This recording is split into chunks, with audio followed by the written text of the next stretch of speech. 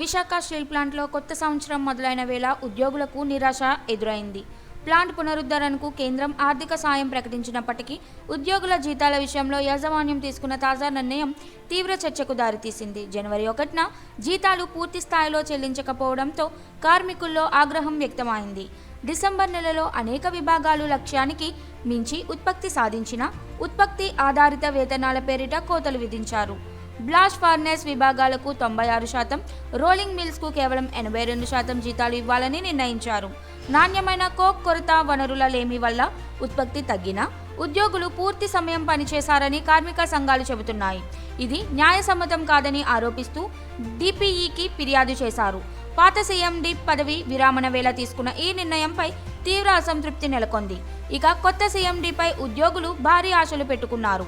రానున్న రోజుల్లో స్టీల్ ప్లాంట్లో ఏ నిర్ణయాలు తీసుకుంటారన్నది కీలకంగా మారింది.